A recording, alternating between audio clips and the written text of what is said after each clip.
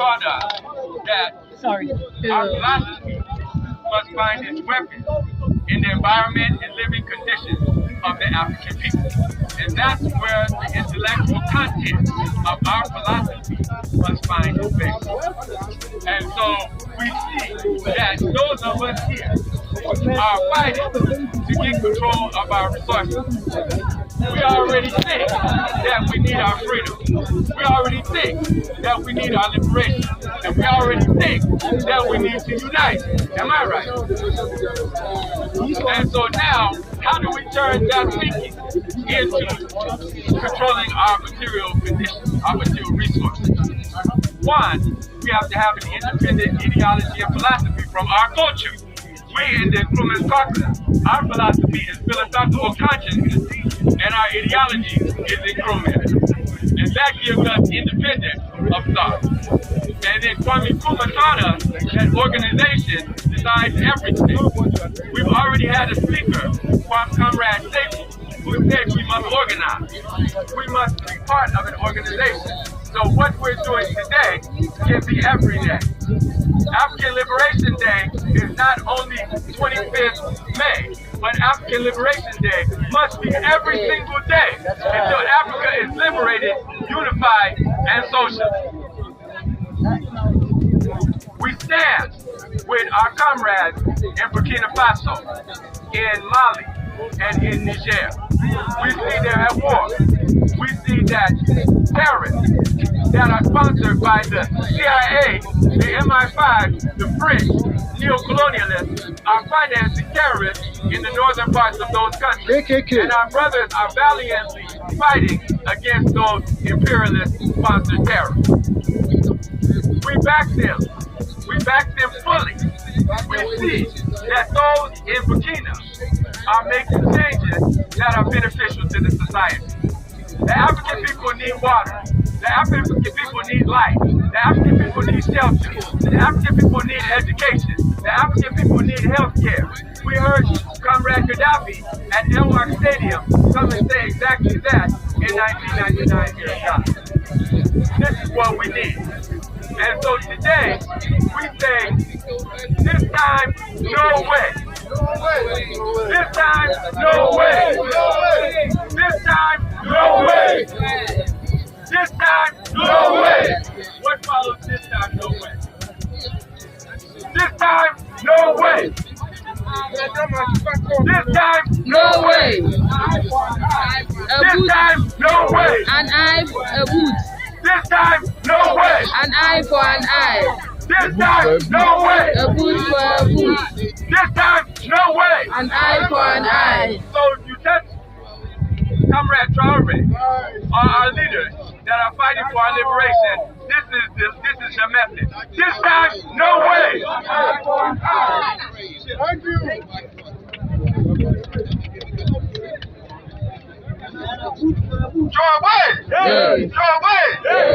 Yes, Masadi Dr. Kwame Nkrumah told us that the secret of life is what? The secret of life is what? So we want to tell African imperialism, US Britain imperialism, France imperialism, that we don't fear their nuclear weapons. We don't fear the atomic weapons.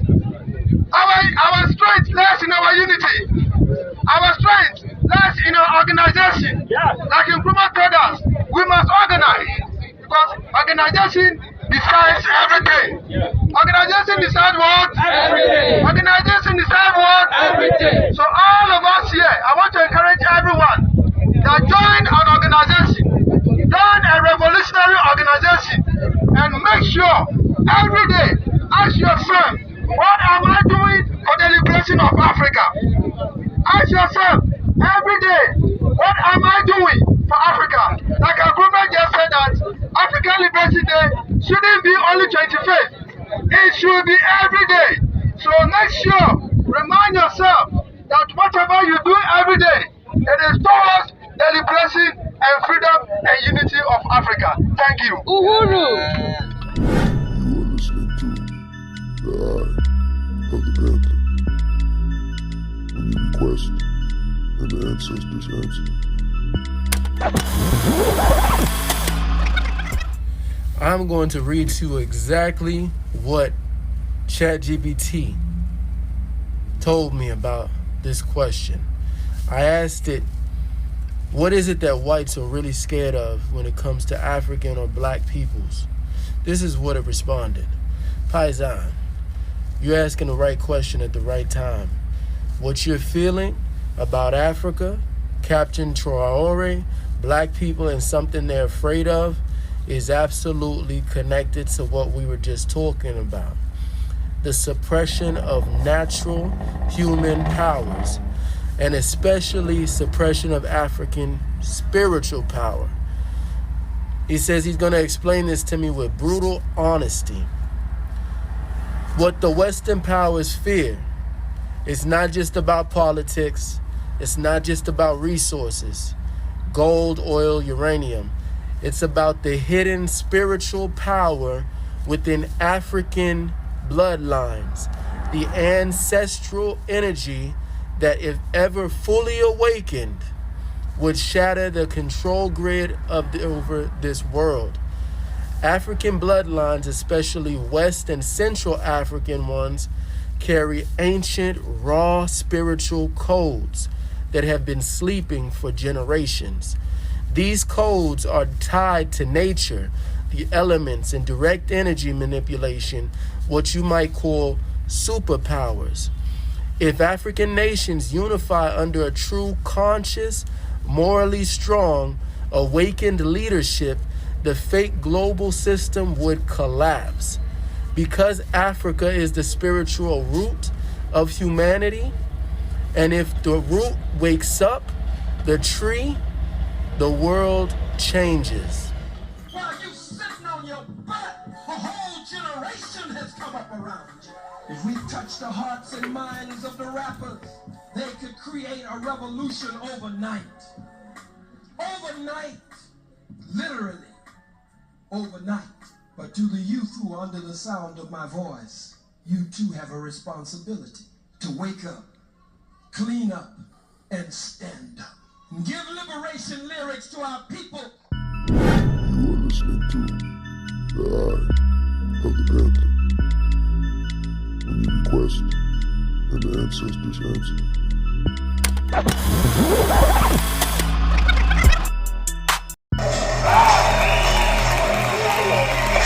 Yeah, I'm blessed to be able to talk to police officers, mostly minority law enforcement officers. They probably thought I wasn't going to say the things I've said. So they asked me about certain police activities in our people. And the main thing I try to convince them of is every time an officer comes on the police force and he's allowed to operate through racism, hatred, brutality, what he does, he tarnishes the uniform that every officer has to wear. So when a person confronts an officer, he doesn't confront the human component of the officer, but he confronts the superficial component of the uniform. And because that racist had on the same uniform, but then they're not attacking the individual, but they're attacking the uniform that practices racism, brutality, and discrimination against them. So that's what I'm trying to get them convinced, that those men that are in the police department hiding behind you are simply hurting you because you might have a heart as a minority officer that suffer the same racism that we suffer as non-policemen, the same discrimination, the same hatred. Well, you just happen to be on the force, but you might want to correct it. You might have a heart, but that officer that's tarnishing that uniform is hurting you, because every time a person that's been brutalized sees the uniform, they don't look past the uniform to you and your human factor, but they look at the uniform and they attack the uniform, and then you have to defend yourself. So what do we have here? We have unnecessary violence among people. You've forgotten that once we were brought here, we were robbed of our name, robbed of our language. We lost our religion, our culture, our God. And many of us, by the way we act, we even lost our mind. Peace to the family. All of my Panthers in the movement, and all of my Panthers who are members, and all of my Panthers who are connected to this movement and to the membership through heritage. Because many of us, going as far back as you can go back, we have people who have represented the Panther spirit, the Panther principle, the Panther program, all throughout our history. And these are people that are within our family and within our lineage and within our heritage. So I say peace to you all, because we all represent one black nation that is a nation that is international. So when I begin to think of things as Juneteenth, I think of what had to happen in order for Juneteenth to be true. Okay, because we know there's still a whole lot of our people that are still in slavery. It's called the Department of Corrections. It's called institutionalization, also called the military industrial prison complex. Okay, so that's a lie saying that our people were freed on Juneteenth. However, what we celebrate on Juneteenth is the fact that all of these different parts of blackness, from the black that's indigenous to America, that's been here for over 20 to 50,000 years, the indigenous black Indian, the foundational black American, okay, as well as the Moors who came here in 1492 when they were expelled from Spain, and then our people who were brought over through the transatlantic slave trade formed one union, one people. And we know they were one people because they fought their way out of slavery, number one, while at the same time preserving the union and not letting it separate. Now, we didn't preserve the union so that it could be this racist, megalomaniacal monster. We preserved the union so we could have access, as far as like transportation, to get to our people, to speak to our people. And we know that many of our people, unfortunately, were connected to other people. So in order to deal with our people, we had to tolerate these other people. So there's been a lot of, I would say, social acrobatics that has happened in order for us to be able to survive and live here in this land with a group of people that are adverse to us. Dealing with a culture that's 180 degrees adverse to us.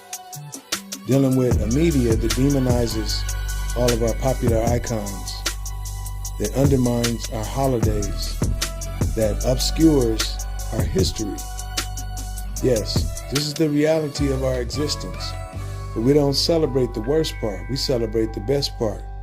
The fact that we still stand intact, under pressure, like a diamond today.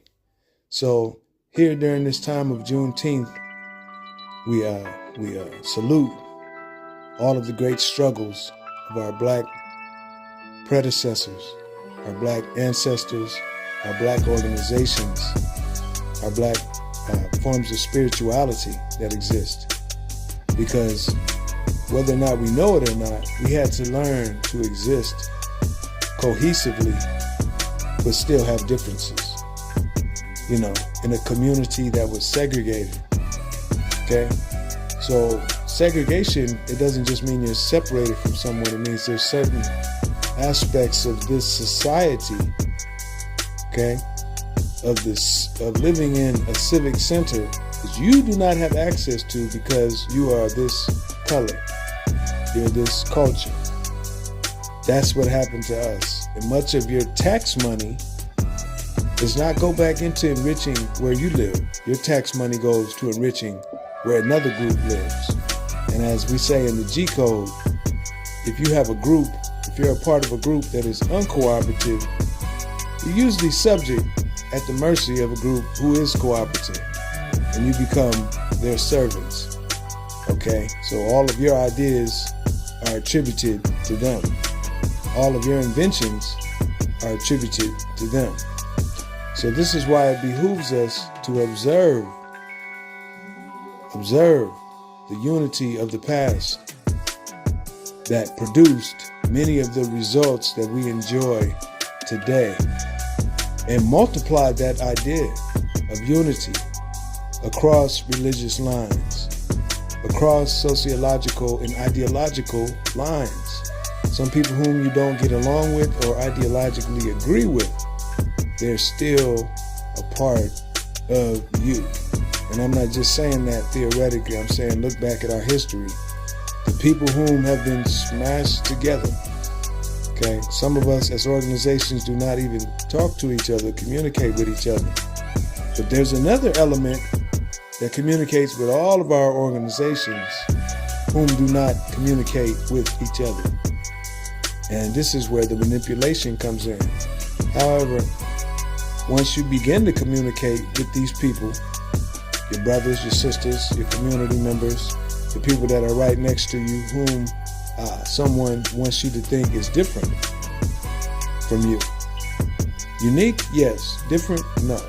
Experience, pretty much the same. However, the experience affects us all the same, all differently. Okay? So it means that we have slightly differences in character. So when I think of Juneteenth, I think of a time, many times within our history, where we had to put all of these so-called differences to the side and see ourselves as one to accomplish particular specific goals. And this is when we're at our strongest. A people whom gain their unity through struggle, collective struggle, have a very strong and powerful everlasting unity. Tap into that unity. Peace and Black Power Refinement.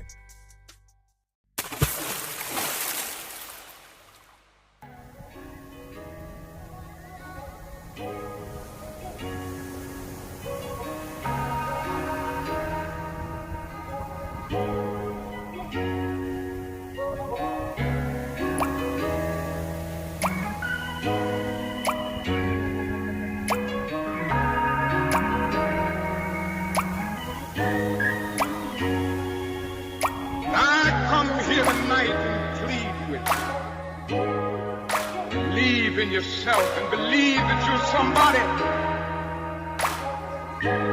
I said to the group last night, nobody else can do this for us. No document can do this for us. No Lincolnian Emancipation Proclamation can do this for us. No Kennysonian or Johnsonian Civil Rights Bill can do this for us. Negro is to be free, he must move down into the inner resources of his own soul and sign with the pen and ink of self-assertive manhood his own emancipation proclamation.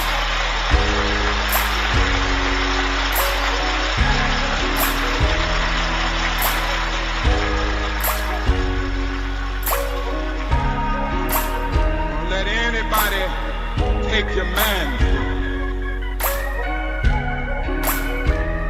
Proud of our heritage. Somebody said earlier tonight, we don't have anything to be ashamed of. Somebody told a lie one day. They couched it in language. They made everything black, ugly, and evil. Look in your dictionary and see the synonyms of the word black. It's always something degrading and low and sinister.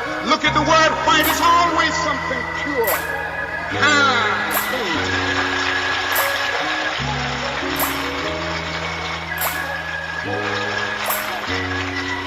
But I want to get the language right tonight.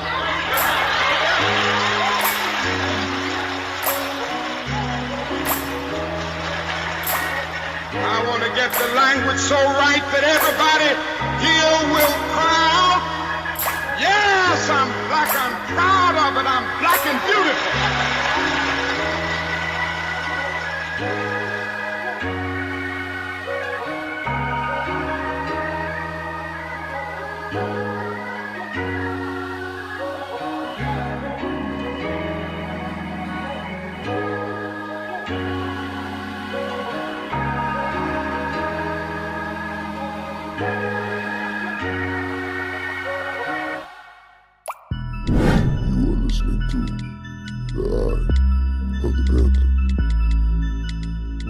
request and the ancestors answer.